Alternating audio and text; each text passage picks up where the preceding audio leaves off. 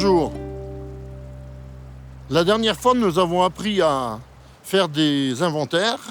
Cette fois, nous allons apprendre à identifier les plantes très facilement avec la flore des bonnes herbes, qui contient donc 730 espèces utiles, 730 espèces qui vont nous permettre de récolter les plantes pour manger ou comme plantes médicinales sans nous tromper, ou de faire des diagnostics de sol sans nous tromper. Alors pour identifier les plantes, nous allons aller cueillir un spécimen et je vais vous faire voir quel spécimen sélectionner et qu'est-ce qu'il faut cueillir comme partie de la plante pour pouvoir identifier sans problème. Alors pour identifier les plantes, il faut choisir un spécimen bien fleuri parce que les fleurs sont importantes. Et puis essayer de choisir un individu représentatif de la population de cette plante. Si vous prenez un tout petit individu nanifié ou qu'on a roulé dessus avec une voiture, vous allez avoir des difficultés à identifier votre plante. Donc, on choisit un individu fleuri, représentatif, et on cueille tout, la tige, on coupe à la base avec un couteau pour ne pas arracher les plantes, et toutes les feuilles, celles de la base et celles du haut, parce que celles de la base ont généralement pas la même forme que celles du haut. Donc, on va les couper la plante à la base. Voilà. Comme ça, on a les feuilles du bas et on a les feuilles qu'on appelle les feuilles radicales et on a les feuilles de la tige qu'on appelle les feuilles caulinaires. Et vous voyez déjà sur cet individu, la feuille du bas a un long pétiole, les feuilles de la tige sont sessiles, n'ont pas de pétiole. Donc il est important quand même d'aller tout cueillir. Et puis on peut aller cueillir aussi une autre feuille à côté qui a poussé toute seule, qui n'a pas de tige, parce que ça peut être aussi intéressant pour identifier. Alors là, on a tout ce qu'il nous faut. On a les spécimens, on a la flore des bonnes herbes, donc on va essayer de trouver le nom de cette plante. Alors dans la flore des bonnes herbes, il y a deux possibilités. Il y a le choix d'entrée dans la clé couleur. Généralement, c'est celle-là que préfère tout le monde. Et puis il y a un autre choix d'entrée par la morphologie. Parce que c'est pas la peine de chercher dans les arbres. On voit bien que c'est une plante herbacée, donc une petite plante, donc ça peut pas être un arbre. Alors après, il y a les lianes, il y a d'autres choses, mais... Donc moi, pour une plante herbacée comme celle-ci, je commence normalement par la clé couleur.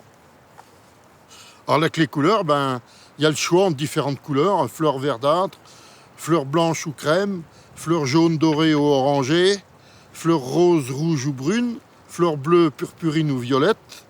Et puis après, les fleurs à plusieurs couleurs, à 2 couleurs ou à 3 couleurs et plus. Alors si on regarde bien celle-ci, les fleurs, elles sont roses. Donc on va choisir fleurs roses, rouges ou brunes. Page 44 à 51. Donc on a ce qu'on appelle des clés. C'est-à-dire, il y a des petites imagettes avec la photo des plantes entières et puis des loupes pour voir des détails. Alors là, le petit jeu consiste à tourner les pages, donc 44 à 51, pour voir dans quelle imagette se situe notre plante. Il faut regarder une photo qui a l'air de ressembler à ce que j'ai là, quoi. Donc là, les premières pages, là, on a plutôt des plantes brunes ou marron, donc pas des plantes à fleurs franchement roses. Donc on tourne la page et on continue.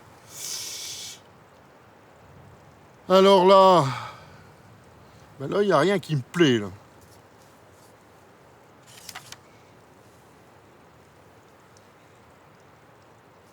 Ah, là, il y en aurait 2 qui ressemblent. Soit les renouées, soit les calunes et bruyères. Alors, qu'est-ce que nous dit le texte? Plante dressée. Alors, là, le spécimen est couché, mais quand vous l'avez ramassé, vous avez dû voir qu'il était dressé.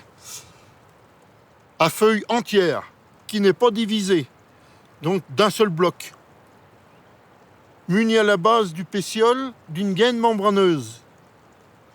Vous voyez cette gaine marron, là? Les fleurs sont réunies en épis compacts, terminaux ou axillaires. c'est tout un groupe de fleurs serrées en épis. Donc c'est bien les épis terminaux.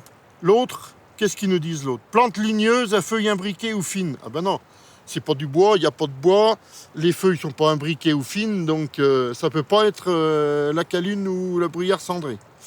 Donc c'est bien une renouée. Alors maintenant, il faut aller voir quelle renouée. Donc page 704 et 705, donc 2 pages qui aura des renouées et notamment on pourra trouver l'espèce à ce moment-là. Voilà. Ah ben oui, regardez, ça ressemble vraiment beaucoup à notre photo, quoi. Ah, puis la feuille, regardez comme elle est faite. Elle a un grand limbe qui est brusquement coupé et puis un tout petit bout de limbe sur le pétiole. Ça marche du tonnerre pour les feuilles radicales. Alors pour les feuilles caulinaires, celles qui sont le long de la tige, eh ben on voit bien que la feuille, elle n'a pas de pétiole. Ça, c'est le pétiole, hein. Qu'elle n'a pas de pétiole, qu'elle est directement sur la tige. Donc on est dans la famille des Polygonacées, le genre Bistorta officinalis, le nom scientifique actuel.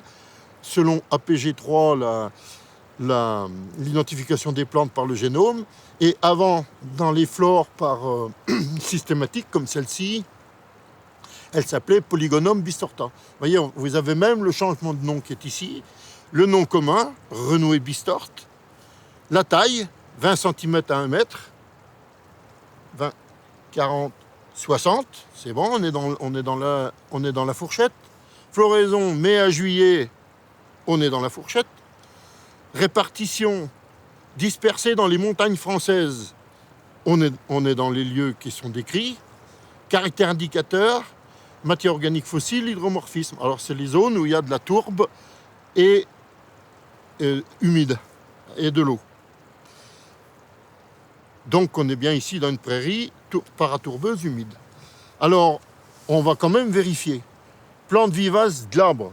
Alors glabre, ça veut dire qu'il n'y a pas de poils. C'est parfait.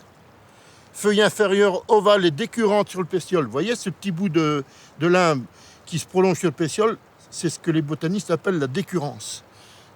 Les supérieures, acuminées, ça veut dire qu'elles sont pointues, sessiles et embrassantes. La gaine, ochrea entière, non ciliée. Fleur rose, réunie en épis cylindriques, compacte et terminale. Tépale, fendue jusqu'à la base. Fruits ovoïdes brun luisant. Bon, on n'a encore pas de fruits, donc on ne peut pas le regarder. Alors, par contre, ce qui est important, c'est ça. Parce que le biotope, des fois, est largement aussi important que les caractères de la plante. Plante poussant dans les prés humides, surtout en montagne. C'est nickel. On arrive donc à Polygonum bistorta, donc qu'on appelle populairement la renouée bistorte. Et en haut, là, vous allez trouver des sigles. Alors, ces sigles, il faut aller voir donc, dans la légende. Donc vous avez une première série de pictogrammes qui vous indique l'entrée par laquelle vous êtes arrivé ou que vous auriez pu arriver. Puis une deuxième série qui vous indique le caractère médicinal, mellifère ou comestible de la plante. La croix nous indique que la renouée bistorte est une bonne médicinale.